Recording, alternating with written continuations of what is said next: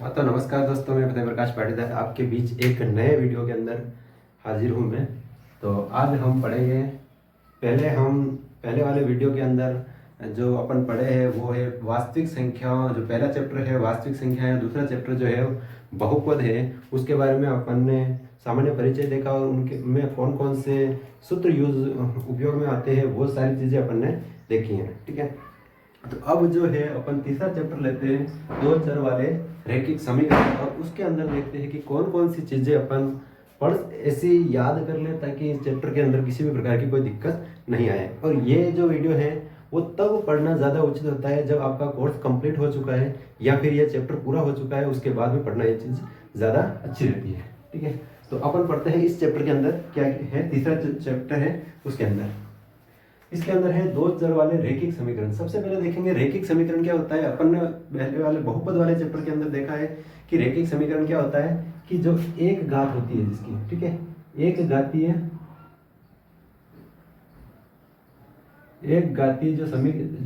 जो बहुपद होते हैं उसको अपन एक घातीय बहुपद कहते हैं, रैखिक बहुपद कहते हैं। और यहाँ पर रैखिक समीकरण है तो जिसकी एक घात होती है और समीकरण होते हैं, तो एक घातीय समीकरण जो होते हैं उसको अपन क्या कहते हैं, एक घातीय समीकरण कहते हैं। ठीक है, एक घातीय यानी कि घात इसके ऊपर एक ही है, लेकिन चर कितने हैं, दो है। ठीक है, तो चर कितने हैं, दो है। पहले वाले अपन ने रैखिक समीकरण जो चर पढ़े हैं उसके अंदर केवल एक ही चर वाले समीकरण पढ़े हैं, बहुपद अपन पढ़े हैं। तो अपन यहाँ पे देखेंगे दो चर वाले रैखिक समीकरण। ठीक है, तो यहाँ पर इस प्रकार के सवाल आते हैं इस प्रकार के, जैसे कि आपका x1 plus b1 a1 plus x plus a1 x plus b1 y plus c1 बराबर 0 है, तथा a2 x plus b2 y plus c बराबर 0 है, तो उसका हल क्या होगा। ठीक है, सबसे पहले अपन ये देखते हैं कि इसका हल होगा क्या। ठीक है, अगर हल वास्तव में एक अद्वितीय हल है तो उसको अपन निकालेंगे, जो विधियां है वो अलग काम में लेंगे अपन। लेकिन सबसे पहले तो ये देखेंगे इसका हल है भी है या नहीं है तो कौन सा वाला है। ठीक है, अद्वितीय हल है या फिर अपन जो भी है इसके अंदर देखेंगे। ठीक है, तो सबसे पहले ये जो दोनों समीकरण जो दे रखे होते हैं उनके आधार पे अपन देखते हैं, इनके ऊपर ये शर्त लागू करते हैं कि यदि इसका जो a1 और a1 ऊपर लिखते हैं, इसके ऊपर a1 लिखते हैं और बटाव में अपन a2 लिखते हैं, और यहाँ पे b1 लिखते हैं और b2 लिखते हैं। यदि ये जो है आपस में बराबर नहीं होते हैं तो अपन क्या कहते हैं कि ये क्या रेखाएं जो होती है वो प्रतिच्छेदी होती हैं। ठीक है, रेखाएं जो होती है प्रतिच्छेदी होती है। प्रतिच्छेदी कैसे, इस प्रकार की रेखाएं होती हैं, प्रतिच्छेदी रेखाएं होती हैं। ठीक है, अगर प्रतिच्छेदी रेखा है तो ये किसी न किसी एक बिंदु के ऊपर टच कर रही है, इसका मतलब ये है कि इसका हल जो होता है वो एक अद्वितीय हल होता है। क्या होता है, इसका एक अद्वितीय हल होता है, एक अद्वितीय हल होता है। ठीक है, मतलब एक अद्वितीय हल होगा। ठीक है, और ये क्या होती है, आपस में एक दूसरे संगत होती है। अगर कोई हल होता है, कोई भी समीकरण है और उसका कोई हल है तो वो कौन सा हो जाएगा, आपका संगत हो जाएगा। ठीक है, तो ये हो जाएगा आपका संगत होगा। ठीक है, कब होगा ये, जब अपन देखेंगे कि a1 बटे a2 और b1 बटे b2 अगर आपस में बराबर नहीं है तो। ठीक है, लेकिन अपन देखते हैं कि अगर इनको यहाँ पे इनकी वैल्यू यहाँ पे रखते हैं, a1 बटे a2 बराबर b1 बटे b2 और बराबर नहीं है c1 बटे c2, इसका मतलब ये है कि अगर a1 बटे a2 और b1 बटे b2 तो बराबर हैं। ठीक है, अगर नहीं है तो ये अप्लाई हो जाएगा। ठीक है, जिसमें प्रतिच्छेदी रेखाएं होगी, जिसमें एक अद्वितीय हल होगा और जो उसका मान होगा वो निकाय जो कौन सी होगी, संगत निकाय होगी। ठीक है, संगत निकाय होगी। ठीक है, अपने से लिख देते हैं, संगत निकाय होगी। ठीक है, उसके बाद में यदि a1 बटे a2 और b1 बटे b2 तो बराबर है, लेकिन c1 बटे c2 ये वाले और ये वाले जो है आपस में क्या होते हैं, इनका अनुपात जो होता है वो बराबर नहीं होता है, तो अपन क्या कहेंगे कि ये जो रेखाएं होती है वो समानांतर रेखाएं होती है। और समानांतर रेखाएं जो होती है इस प्रकार की समानांतर रेखाएं होती है, मतलब एक दूसरे से कहीं पर भी टच नहीं करती है। अगर ये आपस में कहीं पर भी टच नहीं कर रही है तो इसका मतलब ये है कि इसका कोई भी हल नहीं होगा, क्योंकि हल तभी होगा जब वो आपस में कहीं ना कहीं एक दूसरे से टच कर रही होगी, तो इसका कोई भी हल नहीं होगा। तो इसका कोई भी हल नहीं होगा। और यदि हल नहीं है तो वो निकाय जो होगी वो संगत नहीं होगी, तो असंगत है। ठीक है। तो असंगत निकाय असंगत होगी, असंगत निकाय, ठीक है। अब देखते हैं अपन तीसरी कंडीशन के अंदर क्या देखते हैं, ठीक है। तो यहाँ पे अपन देखेंगे कि यदि इसके अंदर यदि ये दोनों बराबर नहीं है, A1/A2 और B1/B2 का अनुपात यदि बराबर नहीं है तो ये कंडीशन लग जाएगी। यदि A1/A2 बराबर है B1/B2 के बराबर है, लेकिन C1/C2 के बराबर नहीं है, तो ये वाली कंडीशन लग जाएगी, समानांतर है, कोई भी हल नहीं है और असंगत निकाय है। लेकिन अपन यहाँ देखते हैं कि तीनों ही चीजें A1/A2 का अनुपात भी बराबर है C1/C2 के, और C1/C2 का अनुपात भी B1/B2 का अनुपात भी C1/C2 के अनुपात के बराबर है। उस कंडीशन के अंदर क्या होती है, रेखा जो होगी वो होती है आपकी संपाती रेखाएं। क्या होती है संपाती रेखाएं? जैसे आपकी ये वाली एक रेखा है, ठीक है, और इसके ऊपर ही एक रेखा है, मतलब उसको ओवरलैपित करते हुई कोई रेखा है, तो उसको अपन रेखा क्या कहते हैं, संपाती रेखा है। अपन देखते हैं कि ये दोनों रेखाएं जो होती है एक दूसरे को ओवरलैप कर रही है। इसका मतलब ये है कि इसकी जो हल होंगे वो अनंत हल होंगे, क्योंकि यहाँ पे जहाँ पर देखेंगे अपन वहीं पर भी हल होंगे, तो अपन यहाँ पे देखेंगे इस अनंत हल होंगे।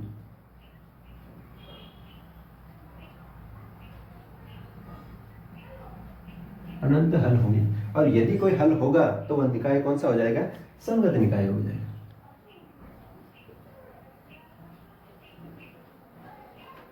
ठीक है, ये चीजें समझ में आई। और यहाँ पे देखिए कि इसके अंदर तो क्या होता है, अनंत हल होंगे, ठीक है। तो अनंत हल को तो आप निकाल नहीं सकते, इसके अंदर कोई हल होगा ही नहीं, तो निकालने की जरूरत ही नहीं। लेकिन अगर ये सवाल दे रखा है और कंडीशन ये वाली है, तब तो अपने को क्या होता है, सवाल को हल करना होता है। और वो जो होता है दो विधियों से हल करते हैं अपन। कौन सी विधियों से हल करते हैं? अपन यहाँ पे इसको मिटा देते हैं, इसको मिटा देते हैं, इसको मिटा देते हैं। ये तीनों है, ये मेरा एक बार स्क्रीनशॉट ले लीजिए।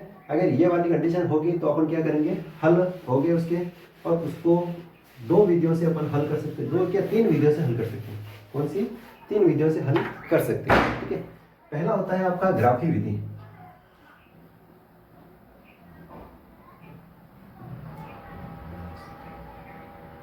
एक होता है आपका ग्राफी विधि से हल करना। ग्राफी विधि से हल कैसे करते हैं, मतलब अपन यहाँ पर जिस प्रकार से ग्राफ बनाते हैं ना, उस प्रकार से बनाना है आपको।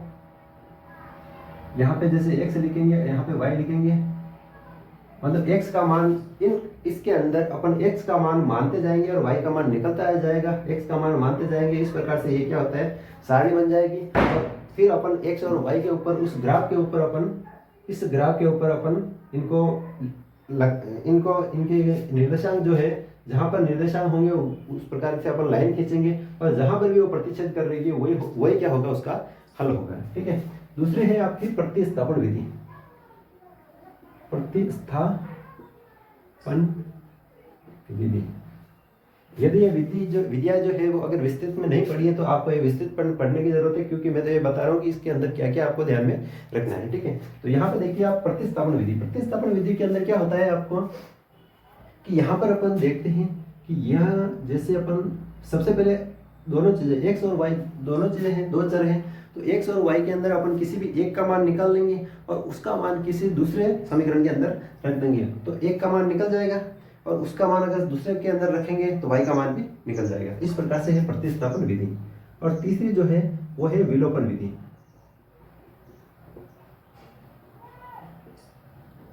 विलोपन विधि सबसे बेस्ट जो विधि है मेरे हिसाब से, जहां तक मैं मानता हूं कि सबसे बेस्ट जो विधि है वो है आपकी विलोपन विधि, ठीक है। तो विलोपन विधि जो है उसको भी आप अच्छे से देख के जाना। ये तीनों ही विधियां जो है बहुत अच्छे से देख के जाना।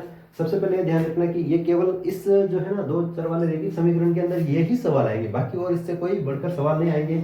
ये तीनों चीज ध्यान में रखनी है कि ये समीकरण है, आपके दोनों ही समीकरण है, और इन समीकरणों से अगर कंडीशन ये है तो ये ध्यान में रखना है, अगर वो कंडीशन दूसरी वाली कंडीशन है तो वो ध्यान में रखना है, तीसरी वाली कंडीशन है तो वो आपको ध्यान में रखनी है। अगर आपको ये कंडीशन है तो आप तीन विधियों से इसको हल कर सकते हैं। बहुत नॉर्मल सी विधियां हैं, थोड़ा थोड़ा एक बार अगर देख के जाएंगे तो मुझे लगता है कि ये चीजें आप कर सकते हो, ठीक है। तो इसके बाद देखते हैं अपन अगले चैप्टर से परिचय। अगले चैप्टर में जैसे द्विघात समीकरण, ठीक है। दूसरा जो अपना चौथा जो चैप्टर है वो है अपना द्विघात समीकरण। पहला सबसे पहले देखते हैं कि द्विघात समीकरण कहते किसे। तो सबसे पहले इनके नाम में ही है कि द्विघात, यानी कि जिसकी घात जो होती है, ऐसा बहुपद जिसकी घात दो होती है। और बहुपद तो बहुपद को समीकरण में बदलने के बहुपद और समीकरण के अंदर चेंजेस क्या होते हैं कि बहुपद के बराबर में जीरो नहीं होता है, जबकि समीकरण में बराबर में क्या होता है, जीरो होता है। ठीक है, तो जिसकी घात 2 होती है, ऐसा बहुपद जिसकी घात 2 होती है और वो समीकरण होता है, तो उसको क्या कहते हैं, अपन द्विघात समीकरण कहते हैं। ठीक है, तो ये चीजें हैं द्विघात समीकरण।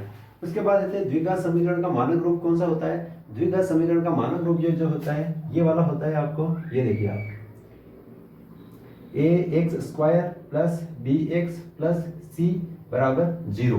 ठीक है, लेकिन यहाँ पर यह ध्यान रखना है कि a जो है वो कभी भी 0 नहीं होना चाहिए, क्योंकि अगर ये a 0 हो जाएगा तो ये द्विघात समीकरण जो होगा द्विघात नहीं रहेगी। ठीक है, इसलिए यह a पर 0 नहीं हो सके, बाकी b और c के ऊपर 0 हो सकते हैं, उससे कोई दिक्कत नहीं है। ठीक है, अब इसके अंदर, इस चैप्टर के अंदर आएगा कि इसके मूल ज्ञात कीजिए, क्योंकि द्विघात समीकरण है तो मूल भी कितने होंगे, 2 ही होंगे। ठीक है, तो इसके मूल ज्ञात करना है, तो मूल अपन जो है वो विद्या है, वो 2 प्रकार की विद्या है, 2 विद्या है, उसे अपन निकाल सकते हैं। तो पहला तो है अपनी गुणनखंड विधि, यानी कि इसके गुणनखंड करके अपन क्या कर सकते हैं, इनके मूल निकाल सकते हैं। दोनों अलग अलग मूल जो है अपन निकाल सकते हैं कि पहला ये मूल है, दूसरा है। ठीक है, गुणनखंड विधि आपको देख लेना है, उसके अंदर बहुत अच्छे से, कोई ज़्यादा ये नहीं, हार्ड नहीं है, बहुत ईजी है। ठीक है, और दूसरी विधि जो है वो श्रीधराचार्य विधि। तो श्रीधराचार्य विधि के अंदर तो कुछ भी नहीं करना है कि ये केवल मान रखना है, मतलब x का मान निकालना है। तो उसके लिए क्या करना है आपको, ये हो जाएगा माइनस b कौन सा मान हो जाएगा, इस x के साथ में जो मान होगा वो यहाँ पे लिख लेंगे अपन।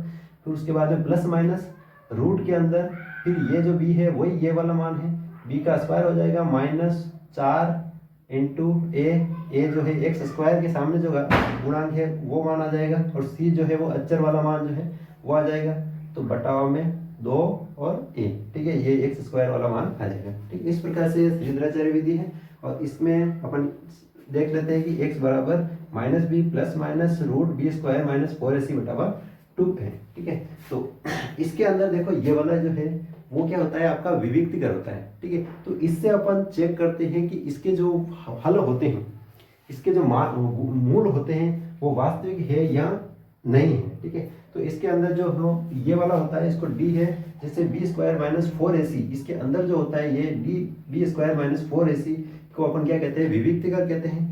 और ये विविक्तिकर क्या काम करता है, ये विविक्तिकर यह निश्चित करता है कि द्विघात समीकरण के मूल जो है वास्तविक है अथवा नहीं है। ठीक है, अगर वास्तविक है तो ये और ये इन विधियों से अपन निकाल लेंगे, अगर वास्तविक नहीं है तो निकाल ही नहीं सकते। ठीक है, तो कैसे निकाल सकते हैं अपन, ये देखें। जैसे शर्त पहले ये है कि अगर ये कंडीशन है तो 2 भिन्न वास्तविक मूल हो जाएंगे। ठीक है, 2 भिन्न अगर वास्तविक मूल होंगे तो उसको अपन निकाल लेंगे। कौन सी कंडीशन है, यदि b² -4ac अगर 0 से ज़्यादा है। ठीक है, 0 से अगर इसका मान जो है b² -4ac का मान अगर 0 से ज़्यादा है तो उसके मूल जो होंगे वो भिन्न और अलग अलग होंगे और वास्तविक होंगे। ठीक है, दूसरी कंडीशन ये है कि यदि आपका b² -4ac अगर 0 के बराबर है। ठीक है, अगर इसका मान क्या होता है, 0 के बराबर है, तो दोनों जो मूल होंगे वो बराबर होंगे और वास्तविक होंगे। ठीक है, मूल तो बराबर होंगे लेकिन वास्तविक होंगे। ठीक है, उसके बाद तीसरी जो शर्त है इसके अंदर ये कहता है कि b² -4ac यदि क्या होता है 0 से कम है, अगर इसका मान जो है b² -4ac का मान यदि 0 से कम है तो उसका कोई भी वास्तविक मूल नहीं होगा। तो ये चीजें अपने को ध्यान में रखनी है, और ये ध्यान में रखना है इस चैप्टर के अंदर की गुणनखंड विधि और श्रीधराचार्य विधि से अपन इसके मूल निकालने हैं। बाकी वो कोई भी चीज नहीं है, केवल मूल ही निकालने हैं। और अगर ये विविक्तिकर भी आपको ध्यान रखना है कि विविक्तिकर के अंदर आपकी कंडीशन अगर 0 से ज्यादा है उसका मान विविक्तिकर का, तो मूल जो होंगे 2 भिन्न मूल होंगे और वास्तविक होंगे। लेकिन अगर 0 के बराबर है उसका मान तो 2 बराबर और वास्तविक मूल होंगे। लेकिन यदि 0 से भी कम है उसका मान तो कोई भी मूल नहीं होगा। ठीक है, तो ये देखते हैं अपन 5वां चैप्टर, और 5वें चैप्टर के अंदर कौन कौन से फॉर्मूले याद करने हैं अपने को। और अभी तक आपको ये वीडियो बहुत अच्छा अगर लगा, और अगर आपके 10वीं परीक्षा के अंदर अगर आपको लगता है कि नहीं है बहुत काम का है, तो इसको लाइक कीजिए और अपने दोस्तों के साथ भी शेयर कीजिए, ताकि अपने दोस्त जो है वो भी पढ़ सके। क्योंकि विद्या का जो एक सिस्टम है कि जितना खर्च करोगे उतनी क्या होती है, बढ़ती जाएगी। तो आप उसका जो चैप्टर है 5वें चैप्टर के अंदर क्या है, समानांतर श्रेणियां। समानांतर श्रेणियां क्या होती है कि एक श्रेणी, ठीक है, जिनके अंदर अंतर जो होता है फिक्स होता है। ठीक है, जैसे समांतर श्रेणी के अंदर a1 है, a2, a3 इस प्रकार से चलती रहती है और an तक है वैसे। ठीक है। तो इसके अंदर अपन देखते हैं कि पहला पद किसको कहेंगे, अपन a1 को कहेंगे, और इसके अंदर सार्व अंतर यानी कि इन सभी के अंदर अंतर जो है वो कितने का रहेगा, तो अपन ये मान लेते हैं कि a2 माइनस a1 जो है वही सारा सभी का अंतर रहने वाला है, ठीक है। और यदि अपन इसमें an का मान निकालना चाहते हैं, ठीक है, मतलब ये तो अपने को दे रखे हैं, और अगर an का मान अपन निकालना चाहते हैं तो कौन सा फॉर्मूला लगाएंगे, यहाँ पे an व पद अगर आपको निकालना है तो an बराबर क्या हो जाता है आपका, ये क्या है प्रथम पद a plus n minus 1, n का मतलब होता है कौन से वा पद है यहाँ पे, ठीक है, मतलब यहाँ पे 50वां है, 51वां है, इसी प्रकार से जो भी पद है तो वो आ जाएगा आपका n माइनस 1 आ जाएगा, और यहाँ पे आ जाएगा आपका d का मतलब सार्वंतर। जैसे एग्जाम्पल में जैसे आपको 8वां पद निकालना है, ये जो a3 है और इसका 8वां पद आपको निकालना है, तो क्या हो जाएगा आपका 8वां पद में a बराबर 8 हो जाएगा, ठीक है, 8वां पद निकालना बराबर a जो है वो आपका a1 हो जाएगा, ठीक है, a की जगह प्लस यहाँ पे 8 माइनस 1 करेंगे तो 7 हो जाएगा, और ये 7 जो है वो यहाँ पे डी हो जाएगा, मतलब जितना जो भी पद अपने को निकालना है वहाँ पे एक जो है यहाँ पे डी के साथ में एक कम हो जाएगा, ठीक है, तो वो पद अपना निकाल लें। तो ये वाला जो फॉर्मूला है वो nवें पद का फॉर्मूला है, ठीक है। उसके बाद अपन देखते हैं, इसके बाद कोई सा भी पद निकालें, इनमें से कोई सा भी पद, अगर अपने को ये वाले दोनों चीज़ें पता है तो अपन कोई सा भी पद निकाल सकते हैं। जैसे मान लेते हैं अपन यहाँ पे तीसरा पद निकालना है, ठीक है, अपने को तीसरा पद नहीं दे रखा है, तीसरा पद निकालना है, दूसरा पद निकालना है, दूसरे पद के लिए क्या करेंगे अपन, इसी के अंदर फॉर्मूला रखेंगे, ठीक है। जैसे अपने को a2 निकालना है तो a तो ये हो जाएगा प्लस 2, मतलब 2 माइनस 1 तो 1 हो जाएगा, और 1 के साथ में ये d हो जाएगा, ये हो जाएगा आपका दूसरे पद के लिए फॉर्मूला क्या है a प्लस डी। तीसरे पद के लिए क्या हो जाएगा, a3 के लिए a प्लस 2d, और a4 के लिए क्या हो जाएगा a प्लस 3d, a5 के लिए क्या हो जाएगा a प्लस 4d। इस प्रकार से अपने को चलते रहेगा, कोई सा भी पद निकालना है अपने को तो उससे एक कम करके अपन क्या लगा देंगे, ये डी लगा देंगे, a प्लस ये जो है जितना भी वो कम करके एक कम करके लिख देंगे, वो वाला पद अपन निकाल सकते हैं, ठीक है। उसके बाद में अपन देखते हैं कि ये जितने भी पद हैं उनका योगफल कैसे निकालते हैं, ठीक है। जैसे यहाँ पर अपन देखते हैं कि छोटा सा एग्जाम्पल लेकर देख लेते हैं, एग्जाम्पल जैसे 1 3 5 7 और ये 8, ठीक है, 1 2 3 4 और 5 ये वाले हैं, इसको भी कम कर लेते हैं, ठीक है, एक समझने के लिए 1 2 3 और 4 है, ठीक है। ये कौन सा है आपका, ये आपका a1 हो गया, ये a2 हो गया, ये a3, ये a4। अब इनका सभी का क्या निकालना है अपने को, योगफल निकालना है। तो बहुत लंबी, ये तो निकाल सकते हैं अपन छोटे योगफल करके भी, लेकिन बहुत सारी लंबी अगर श्रेणी है 50 तक, 51 50 60, ठीक है, चाहे 200 300 कितना भी हो सकता है, तो उनको कैसे निकालेंगे, तो ये अपना फॉर्मूला है n/2 कोष्टक 2n plus n minus 1 D, ठीक है। ये वाला जो फॉर्मूला है आपका ये का ये फॉर्मूला है, ठीक है। यहाँ पे देखिए आप ये वाला जो फॉर्मूला है आपका ये का ये फॉर्मूला है, इसके अंदर कोई चेंजेस नहीं है, लेकिन केवल यहाँ पे 2 है तो एक a जो है वो और आगे है। तो अगर ये वाला अगर अपने को दे रखा है an का मान अपने को दे रखा है, लास्ट अगर अंतिम पद अगर उसका मान अपने को दे रखा है तो अपन इसका ये वाला फॉर्मूला भी लगा सकते हैं, n/2 a लगाएंगे मतलब पहला पद प्लस अंतिम पद, ठीक है, अंतिम पहले पद का मान प्लस अंतिम पद का मान और n/2, ये जो होगा वो क्या हो जाएगा, इन सभी का योग हो जाएगा, ठीक है। जैसे अपन मान लेते हैं यहाँ पर, तो ये वाला फॉर्मूला लगाए चाहे ये वाला फॉर्मूला, दोनों फॉर्मूले देख लेते हैं अपन। तो पहले वाला अगर फॉर्मूला लगाए s n बराबर, तो यहाँ पे n जो है वो कितना है 4 है, तो यहाँ पे 4 हो जाएगा। तो अपन यहाँ पे पहला पद क्या है अपना, सॉरी n क्या है 4/2, पहला फॉर्मूला लगा रहे हैं n/2 4/2 कोष्टक 2 इंटू अपना पहला पद क्या है अपना 1 है, 1 प्लस n का मान कितना है 4 है, ठीक है, तो 4 माइनस 1 हो जाएगा तो 3 हो जाएगा, 3 इसको ऊपर हटा देते हैं 3, और d का जो मान है वो कितना हो जाएगा, इन दोनों का अंतर कितना होगा 2 होता है, 3 में से अगर 1 निकाले तो 2 होता है, तो ये हो जाएंगे अपने 2, ये हो जाएंगे अपने 2। तो इनका योग जो होगा वो कितना हो जाएगा, इतना देख लेते हैं अपन। तो 2 4 में अगर 2 का भाग देंगे तो 2, इन दोनों को गुणा करेंगे तो ये 2 हो जाएंगे, प्लस इन दोनों का गुणा करेंगे तो ये 6 हो जाएंगे, और ये इन दोनों को गुणा जोड़ेंगे अपन तो 8 हो जाएगा, और 8 प्लस इंटू 2 करेंगे तो ये हो जाएगा आपका 2 इंटू 8 और ये हो जाएगा अपना 16। ठीक है, इन सभी को अपन जोड़े तो भी कितना हो रहा है, 16 हो रहा है। जैसे 7 5 12, 12 और 3 13 14 15, 15 और 1 16। ठीक है, इस प्रकार से। और अगर अंतिम ये वाला फॉर्मूला लगाकर भी अपन निकालें, ठीक है, तो ये देखिए आप कि n का मान कितना है अपना 4 है। ठीक है, ये आ जाएगा आपका s 4 बराबर 4/2।